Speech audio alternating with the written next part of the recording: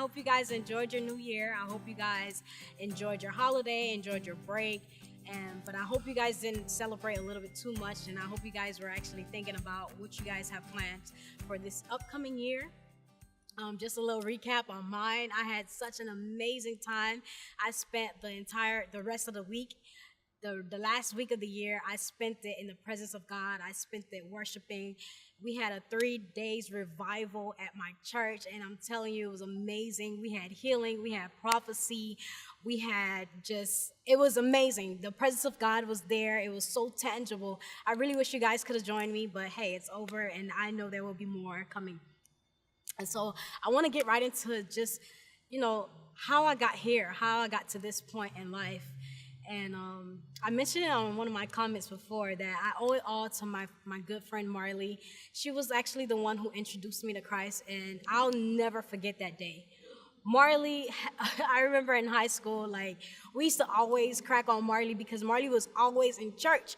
Every time we had an event, every time we wanted to do something, we would invite Marley, and Marley would always say, I have to go to church, and we would always crack on her about that. But I learned that Marley was actually planting a seed in my life, and because of Marley, I accepted Christ. She always invited me to church, and I remember that particular day that I actually said yes. It was about 7 years ago. 7 years ago. No, it was about 10 years ago. She invited me to church, and I just gave in. I was like, okay, I'll go to church with you. And when I got there, it was a man of God. He was preaching. I believe he was a prophet. He was preaching, and truth be told, I came with no expectation. I came not knowing why I was there, but God had a purpose for me. God had a reason for me to be there at that time, because the service ended. It ended, and we were walking out, and something just hit me. And I just started crying, and I felt the need to just accept Christ.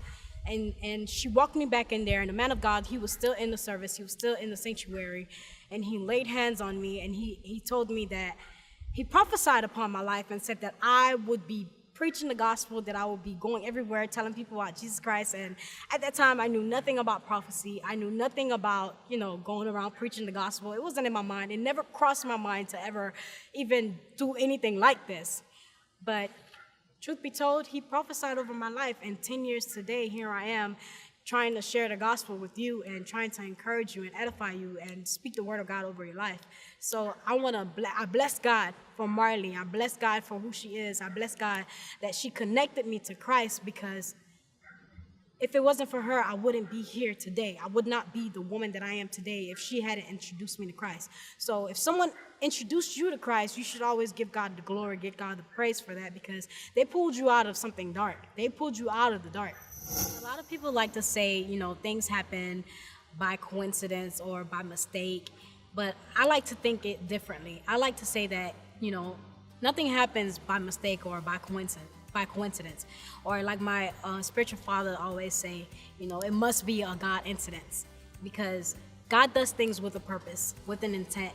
And I want you guys to live your life the same way, with an intent and with a purpose.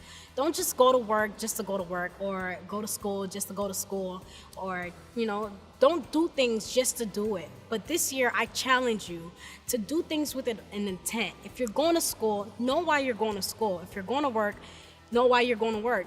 And if you're going to start a business, know why you're going to start the business, and don't just do it just because, your parents told you to do it, or don't do it because it's the thing to do now.